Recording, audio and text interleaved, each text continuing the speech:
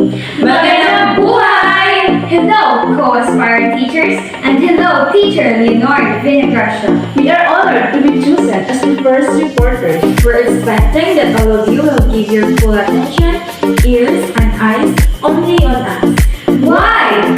Because we're going to tackle an important topic that can nurture each reflective thinking and how it helps every individual find their own capacity in learning. In this unit, we will know about its importance in our learning process.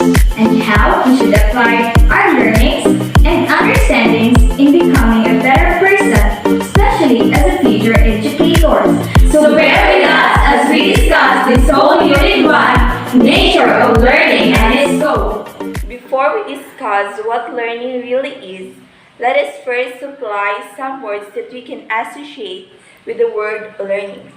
Learning means knowledge, studying, education, literacy, skills, experiences, behaviors, and understanding.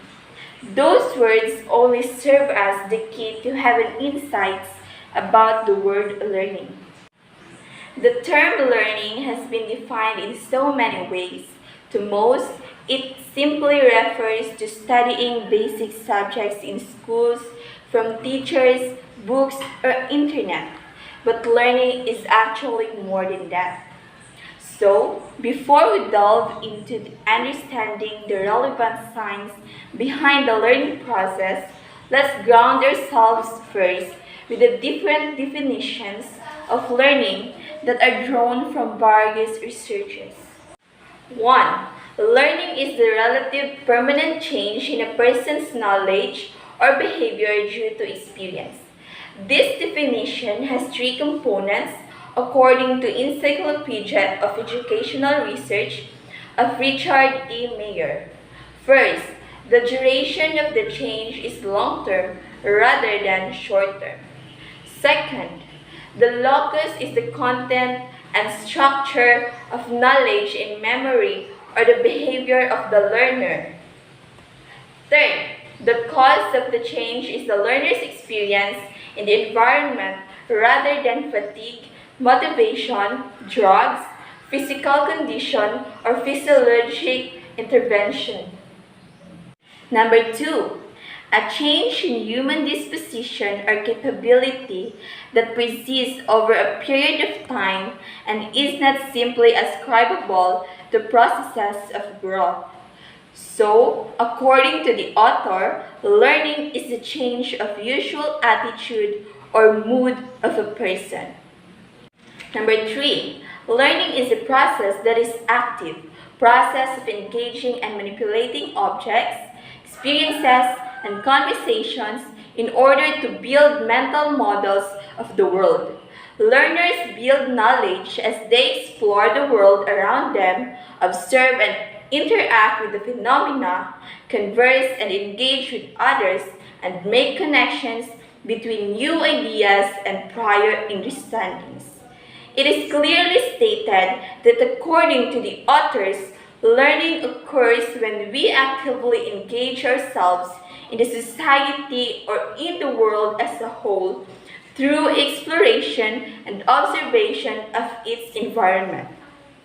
For instance, by traveling or having a vacation to other places, we can learn many things such as their cultures and traditions.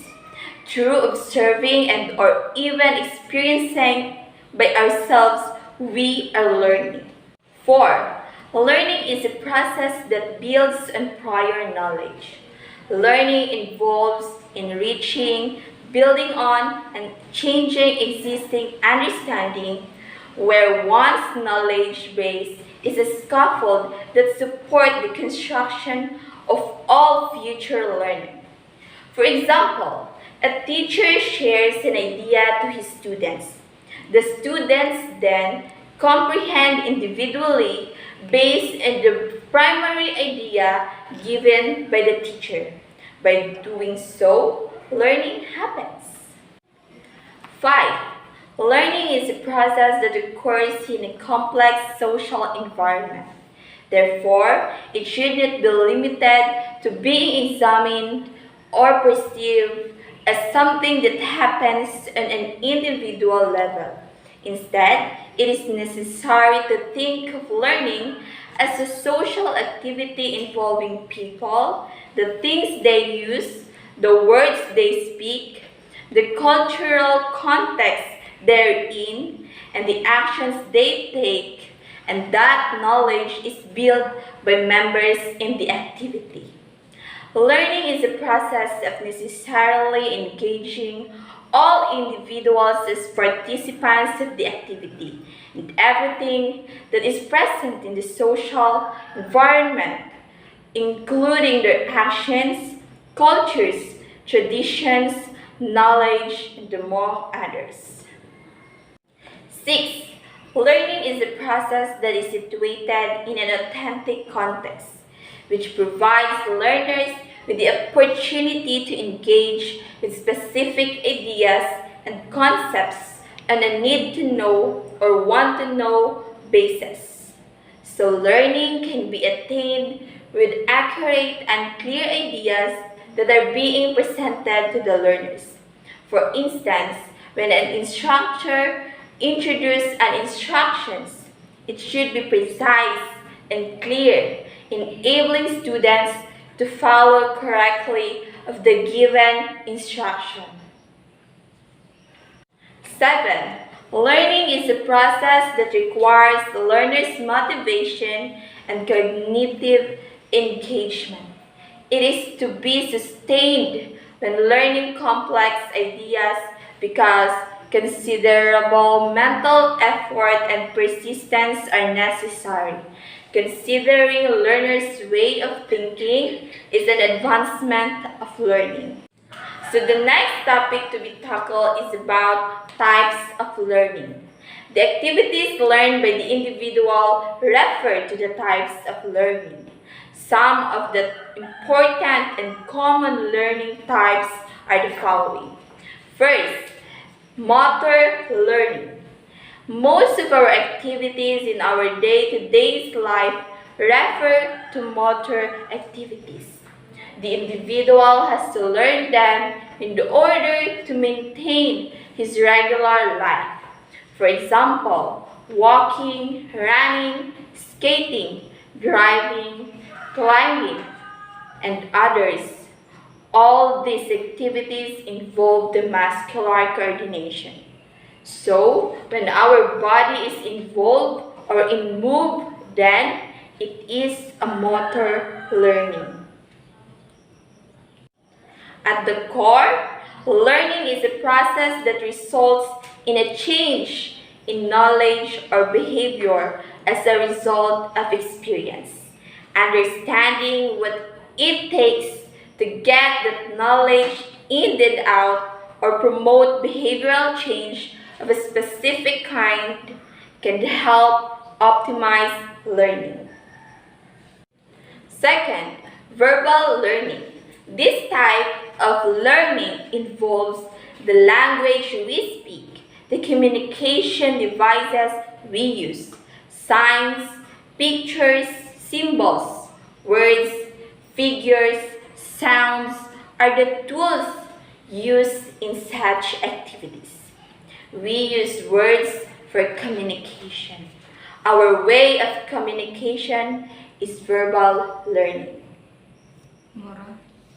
Third, concept learning. It is the form of learning which requires higher order mental processes like thinking, reasoning, intelligence. We learn different concepts from childhood.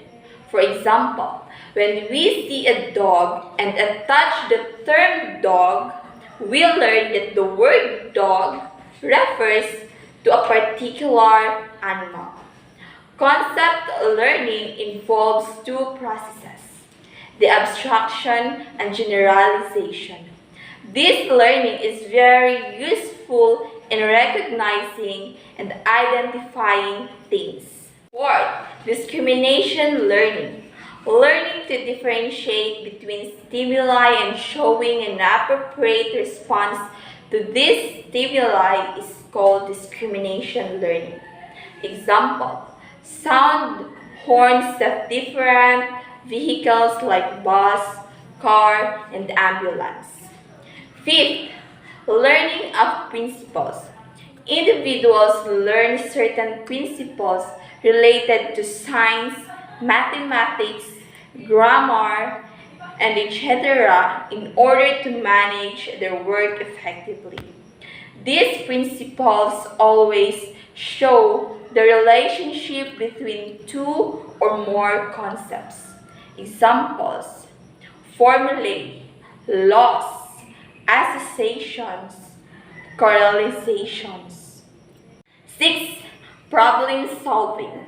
This is a higher order learning process. This learning requires the use of cognitive abilities such as thinking, reasoning, observation, imagination, and generalization. This is very useful to overcome difficult problems encountered by the people. 7. Attitude learning. Attitude is a predisposition which determines and directs our behavior. We develop different attitudes from our childhood about the people, objects, and everything we know. Our behavior may be positive or negative depending upon our attitude. Example, attitudes of nurse towards her professions, patients, and others. So let us discuss about defining learner-centered. What is learner-centered? Learner-centered is the perspective that focuses on individual learners, their heredity, experiences, perspectives, backgrounds, talents, interests, capacities, and needs with a focus on learning, the best available knowledge about learning and how it occurs, and about teaching practices that are most effective in promoting the highest levels of motivation, learning, and achievement for all learners.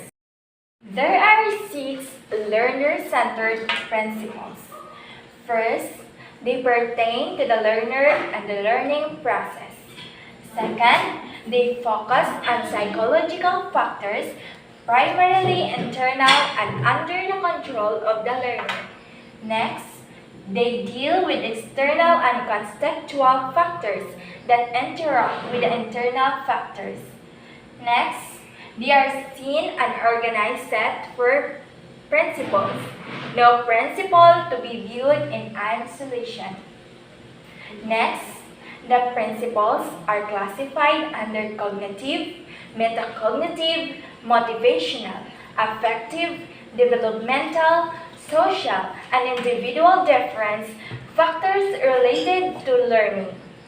Last, these principles apply not only to all learners but to everybody involved in the educational system, as for example, teachers, administrators, parents, staff, and guidance counselors.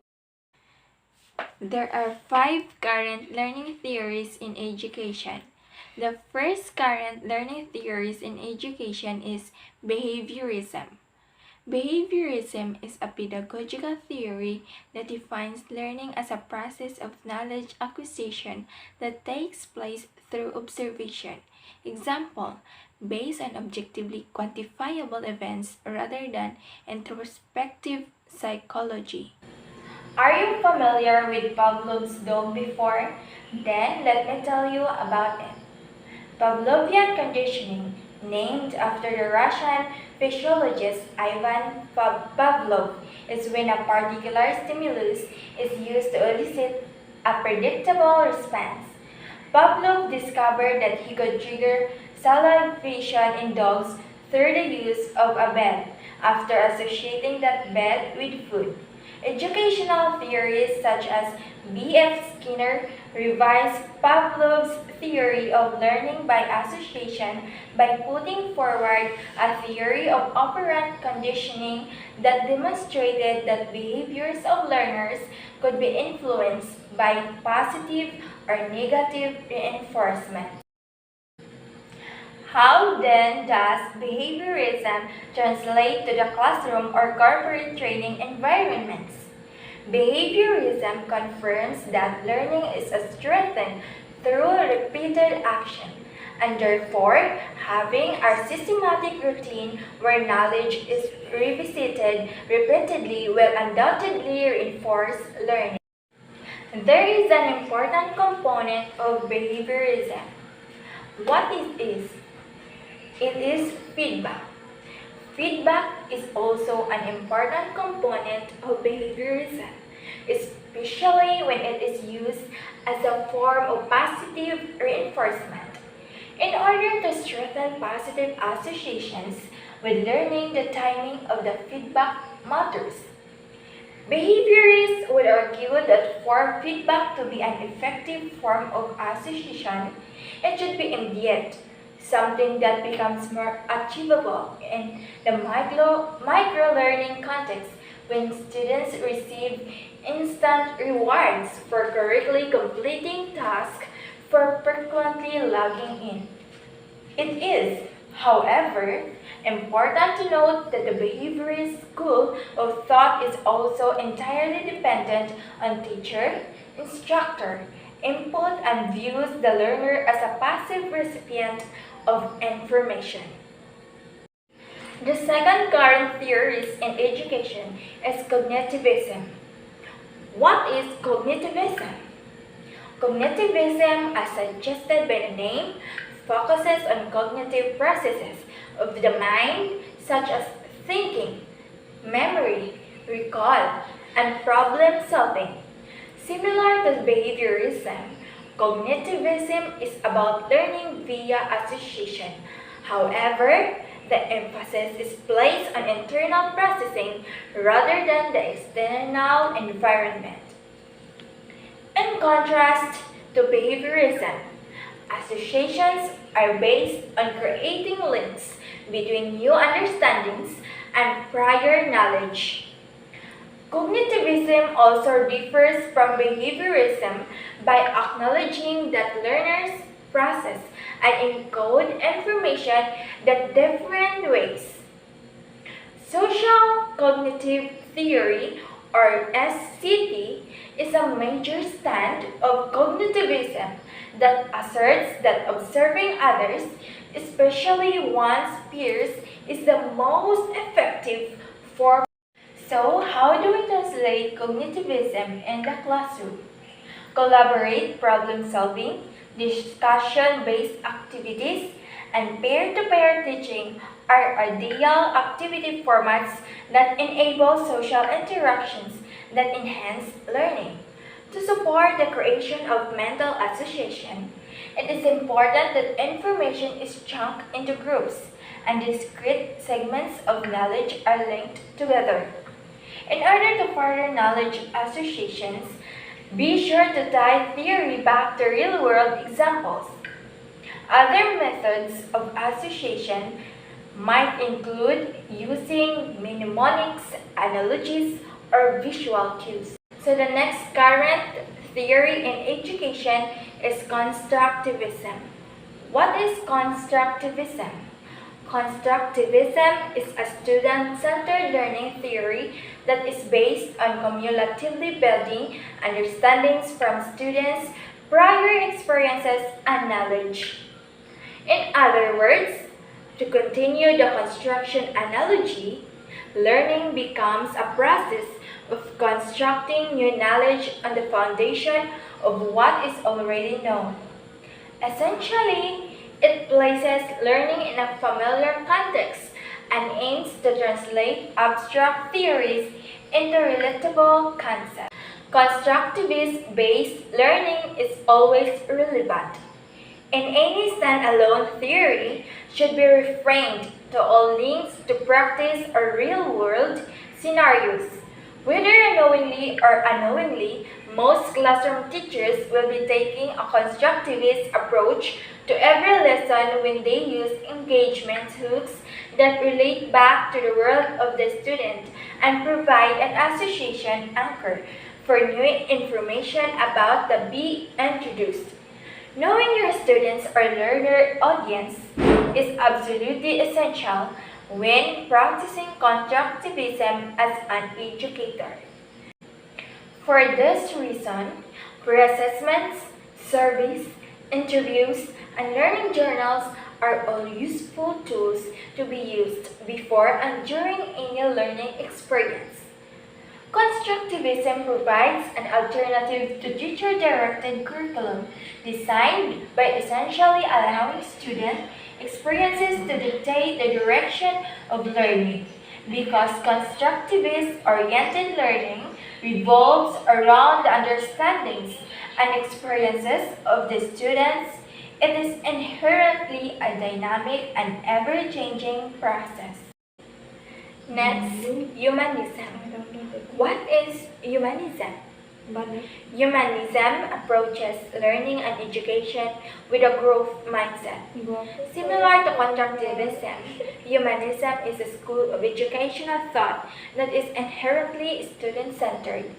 Humanistic education derives many of its values from the intellectual movement of the 17th century, where philosophies such as Voltaire, 1642-1778, believed that humans were born with innate potential. Humanistic education, therefore, focuses on fostering individual potential and personal growth. Humanism tends to be even more individual focused than constructivism, with an emphasis placed on choice and autonomy. Educators adopting a humanist approach aim to foster self-directed learning among students, and the belief intrinsic motivation to learn comes from this. In order to support self-directed learning, teaching students how to learn becomes a key priority. Along the same lines, humanist educators believe that learners should be given opportunities to evaluate their own learning, whether that be through formalized self-assessment or descriptive, reflective journaling. So the last current theory in education is connectivism. What is connectivism? Connectivism is inherently a future-focused learning theory. It is a relatively recent pedagogical view that takes into account the changing nature of knowledge acquisition in our digital age. In contrast to constructivism, which revolves around what a learner already knows, connectivism pinpoints what a learner needs to know and targets the learning at a relevant time of need. While connectivists generally believe that expanding knowledge is ultimately more important than taking into account prior knowledge, connectivism allows learners to situate new knowledge within existing schemas of understanding. Similar to humanism, connectivism empowers students to make their own learning decisions. Students are aided in this process by technology, which assists in threading together different strands of knowledge. Connectivism mirrors our ever-changing digital landscape in that it is forever changing and never static. According to Siemens 2004, a core principle of connectivism is that learning and knowledge rest in diversity of opinions. Connectivist educators aim for precision in breaking up content into discrete segments in the form of sharp strategic bursts of learning, very much in line with the science of microlearning, reflective of continuous learning cultures and corporate environments. Connectivism recognizes that learning is a continual lifelong pursuit. Hello everyone. So for now, we will be talking about pedagogy versus andragogy and the characteristics of young, adolescent, and adult learners, and also the null assumption about adult learners. So first, let's talk about pedagogy and andragogy. Now, what comes into your mind about pedagogy and andragogy? Well, pedagogy and andragogy are both practices of learning. But what are their differences? The word pedagogy comes from the ancient word "paidy," which means child. Thus, pedagogy is the methods and practices of teaching, especially for children. However, the word andragogy comes from the ancient Greek andras, means adult. So andragogy is the methods and practices used in teaching adults. Now, you already know the meaning of pedagogy and andragogy. And let's move on to the characteristics of learners. So, one of the characteristics affect learning is age. Human development goes through stages, each having unique characteristics. As such, it is expected that patterns of growth and development differ from one developmental stage to the other. Hence, there are differences in learning among individuals across developmental stages. These differences may either be rate of learning, quality of knowledge or skills acquired, or approach to learning or perspective to learning. Now let's start the characteristics of young learners. First, young learners can learn through talking about themselves, families, and their lives. Yes, children really want to talk in front of their families, classmates, friends. Example, sharing how was their trip and how their parents show them love and care. In that way, it will help develop their confidence.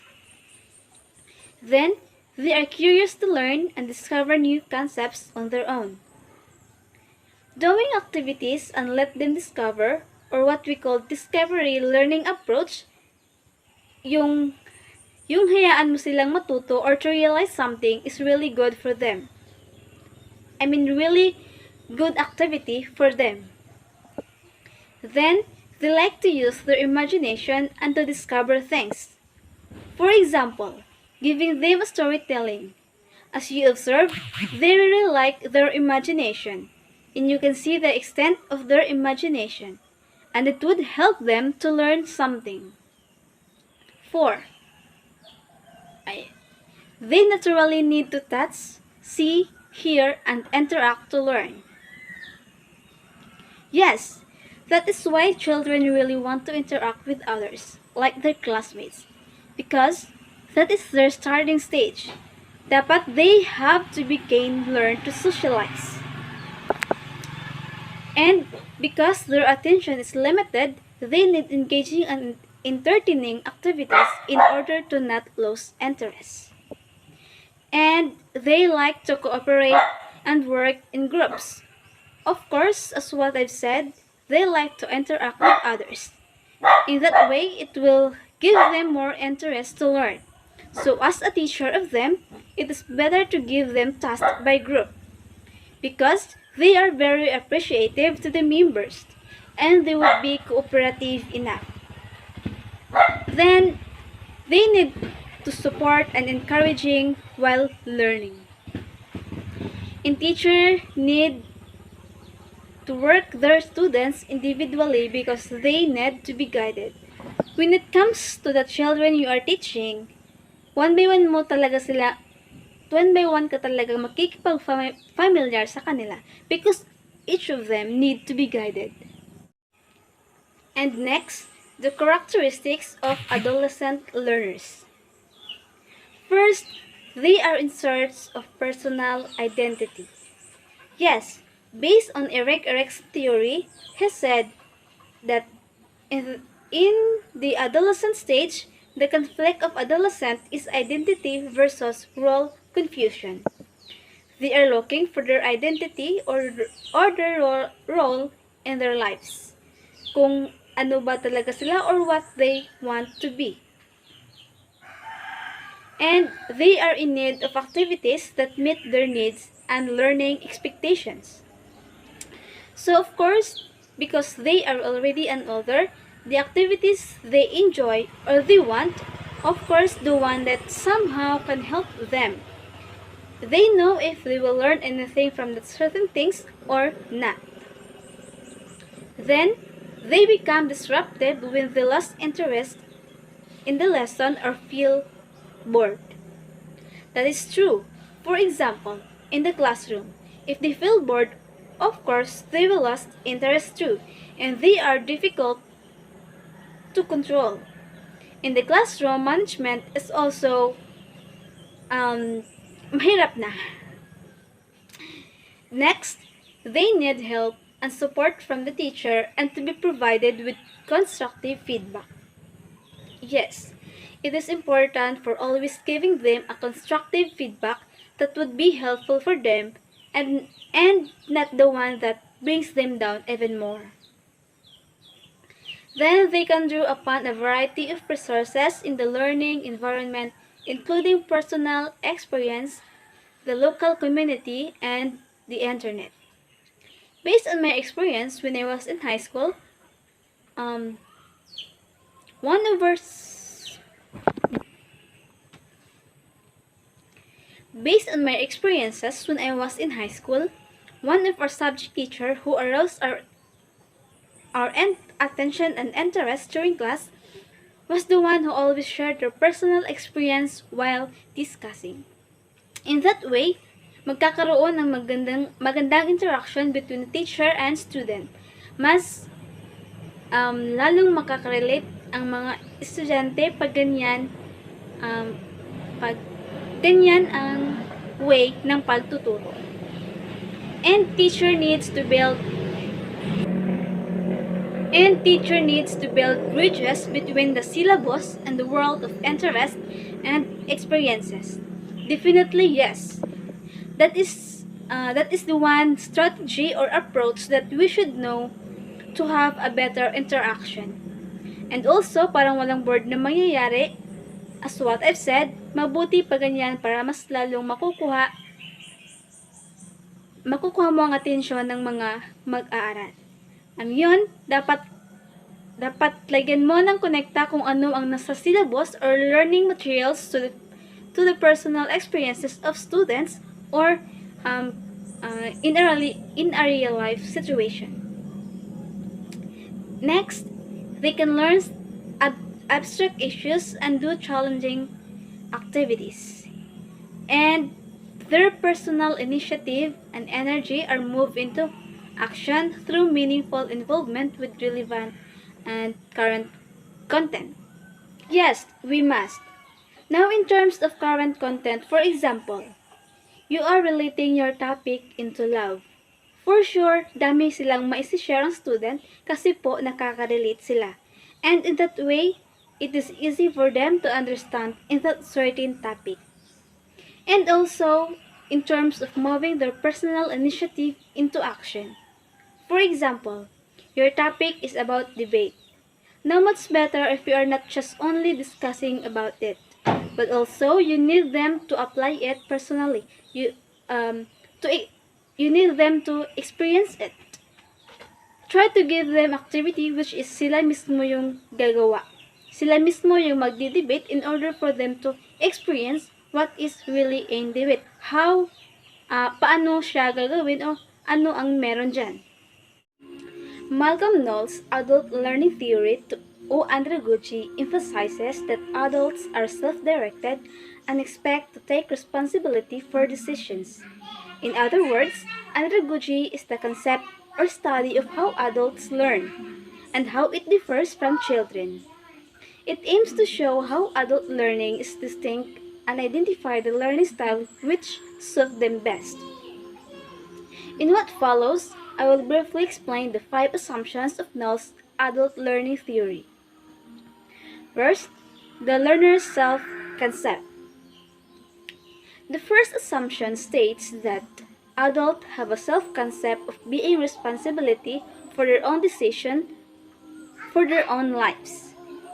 Based on my understanding, the learner's self-concept is a key predictor for success, and students who have an internal locus of control tend to be more successful, especially in the online environment.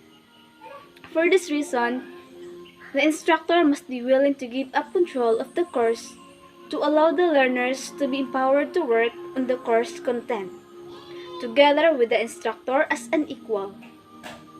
Hence, the instructor may consider accessing and incorporating an adult's life experiences into class activities, since adult experiences are valuable resource. Faculty members and students may also work together to design instructional materials that are acceptable to both parties to address the learner's needs. Activity to support and encourage learners in this area should be activities that are collaborative in nature. Indeed, adult need to be viewed as being capable, and collaborative activities should be provide the opportunity for adults to demonstrate their capabilities. Next, the learner's experience. According to Knowles, the second andragogy assumption states that adults have different life experiences from children, thereby creating a more heterogeneous group of learners. Thus, encouraging learners to connect their learning to life experiences can help the learner gain a better understanding of the learning materials. For this reason, the course content must be structured in a way that fosters sharing of experiences among learners, such as using group projects and interactive discussions. Course content should be flexible, in that it can be evolved rather than follow a specific script. Null suggests that instructor would like to implement this assumption cause need to ask the student their opinion regarding the activities they would like to participate in to improve their learning experiences. Activities may be collaborative in nature, which allows for students' interactions and conversation that may lead to mastery of course material. This is so because of students who actively participate and contribute to their learning will be more engaged and motivated to learn, and thus the more successful. Hence, instructors, according to Knowles, should create a learning environment that is encouraging and conducive to learners sharing their personal experiences, ideas, and opinions. A usual activity for sharing past experiences involves reflection from a journal, short writing exercises to share and reflect on learners' knowledge of a particular topic, which may include their past experiences, can also be useful as an effective assessment tool. And the learner's readiness to learn. The third assumption of andragogy is the adult learner's readiness to learn, which according to Knoll means aligning learning with developmental concepts. Here, the needs of the learners must be addressed quickly to ensure the success of learners. Based on what I've read, Chris Watkins, a reader in education at the University of London Institute of Education, suggests asking adult learners about specific experiences with topics related to the course content and about expectations for the course. For example, an instructor could pose a discussion question to the class, and the students would then be required to respond to the discussion question and to the post made by their peers. By using an asynchronous environment, the instructors may use discussion questions to encourage student engagement with their peers. It is important to note that in an asynchronous environment, the students have time to reflect on the post of others and organize their thoughts before they respond. The answers that students provide can help an instructor get a better understanding of the learner's readiness to learn the course content. And it would allow the students to get a better understanding of what they are about to learn. Next, the learner's orientation to learning. The first assumption in the Knowles adult learning theory is that adult learners are motivated to learn when giving authentic learning activities. And as such, the curriculum should be process-based versus content to adult learners to develop content in accordance with their specific needs.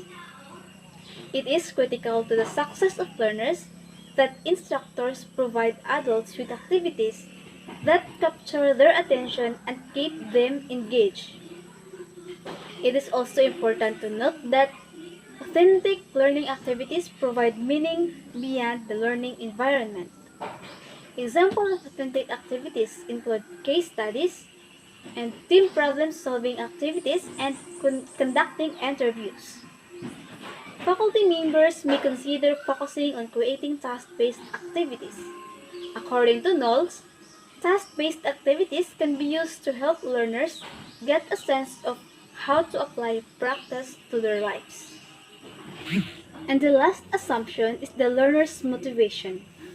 The fifth assumption in Knowles' adult learning theory is that adult learners are intrinsically motivated to learn. For this reason, according to Knowles, instructors can support the students' intrinsic motivation to learn by providing a learning environment that engages the students and encourages them to be active participants. To create a positive learning environment for adults, as Knowles suggests, instructor must be aware of the need of learners to be appreciated, valued, and respected.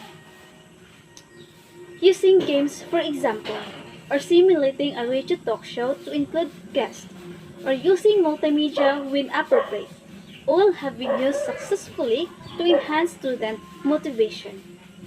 Now, as we can see, implementing the learning assumptions outlined above is invaluable in shaping the learning process to be more conducive to adults.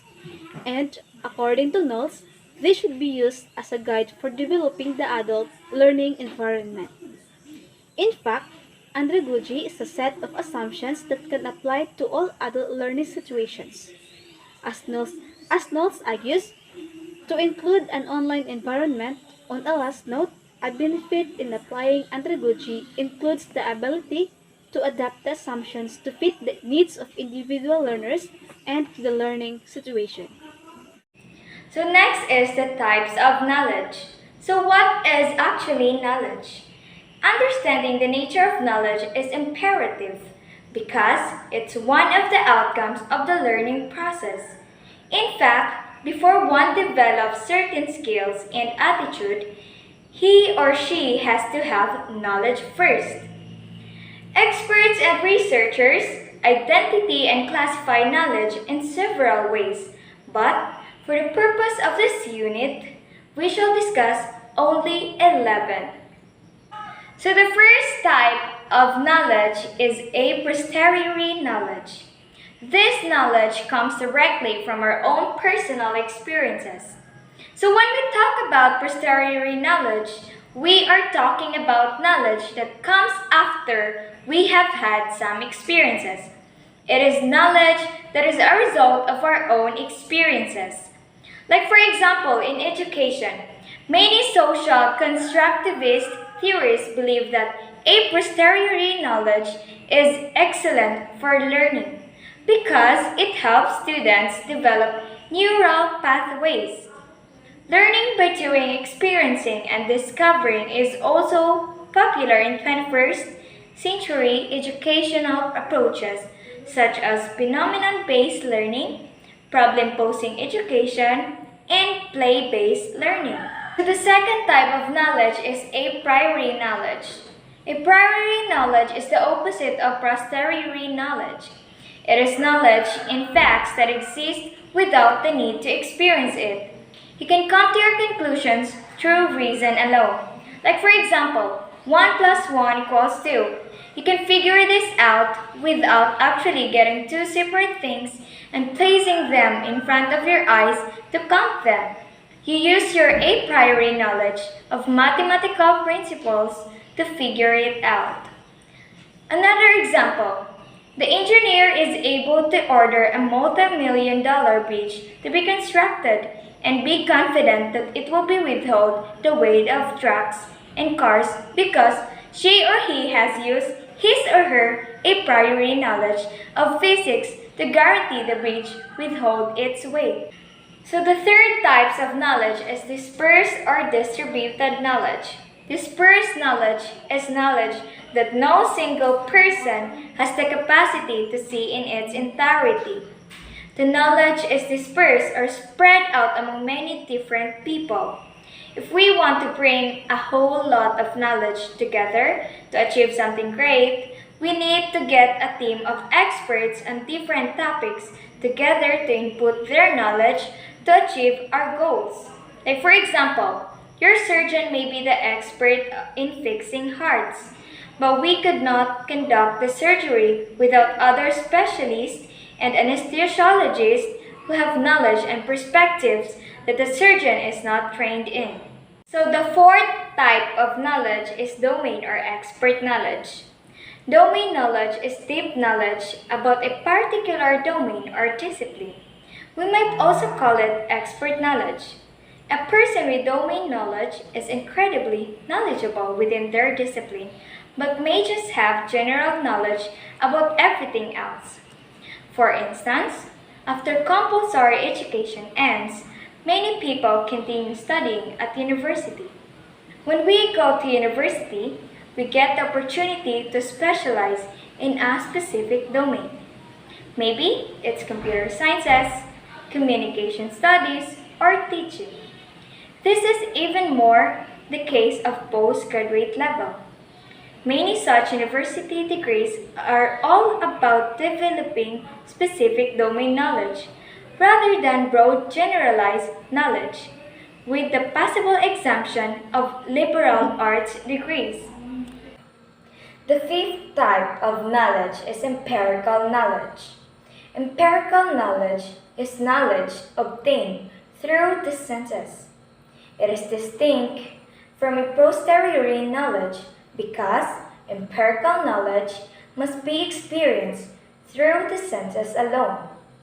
It cannot be a metaphysical, reflective, dream, or other a posteriori experience. Most research is empirical. If you read a piece of research in a journal article, it will report on something that was observed, such as answers to interviews or research participants' responses to an exam. So the sixth type of knowledge is encoded knowledge. Encoded knowledge is knowledge that has been recorded in symbolic codes. This makes the knowledge easily retrievable by people who know how to decode that knowledge at a later date. We might also call it stored knowledge. For example, written English is the code of our language. We encode the knowledge when we write it down, and anyone who can read R can then decode it at a later date. We have also created generalizable codes in our road signs. Red octagon means stop. Green light means go. The seventh type of knowledge is tacit knowledge. Tacit knowledge is knowledge that you have but cannot express. A person with tacit knowledge has usually had that knowledge for so long that they cannot remember how they learned it or why it is true. They are simply aware that it is useful, accurate knowledge that exists in their mind. Many expert practitioners know how to do things out of intuition. An expert vet knows how to connect with a horse and settle its nerves, but may be unable to explain how they can develop that relationship so quickly. An expert teacher may be able to diffuse a troublesome situation in a classroom, but not really be able to explain to their apprentice teacher just how they did it. The eighth type of knowledge is explicit knowledge. Explicit knowledge is the opposite of tacit knowledge. It is knowledge that can be easily explained to outsiders. It is knowledge that we could quickly codify into words and express to others. For instance, in teaching, it involves guiding students through a process in a methodological way. Once a student has been explicitly modeled the knowledge, the teacher steps back and lets the student practice applying their new knowledge without support. The ninth type of knowledge is imperative or procedural knowledge. Imperative knowledge is knowing how. It is knowledge about how to carry out tasks effectively.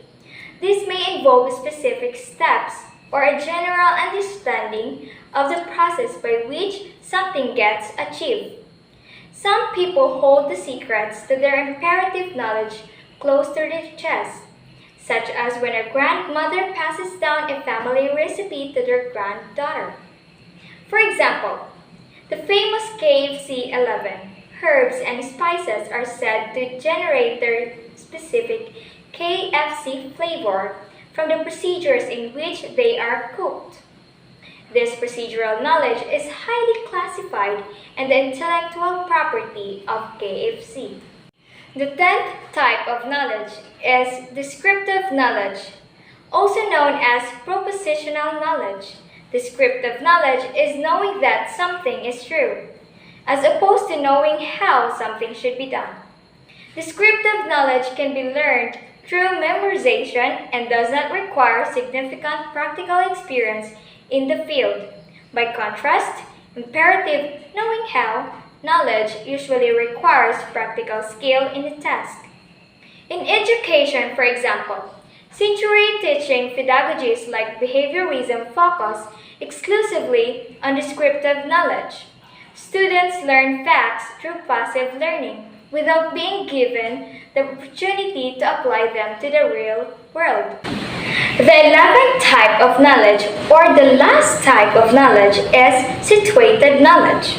Situated knowledge is knowledge that emerges out of a specific context, community, and/or culture. It is knowledge that is specific to that situation, and it's hard to understand from outside perspective. All of us have situated cultural knowledge. This is the knowledge that we've inherited from our cultures. Others might have different knowledge that has grown from different cultures, and you may find it hard to understand their knowledge from your outsider's perspective. In education, situated learning theory by Leib and Rigdor advocates that students should learn within the context in which the knowledge is applied. For example, someone should think of an apprentice as a baker's aide in order to learn to bake bread, rather than learn it from a paper.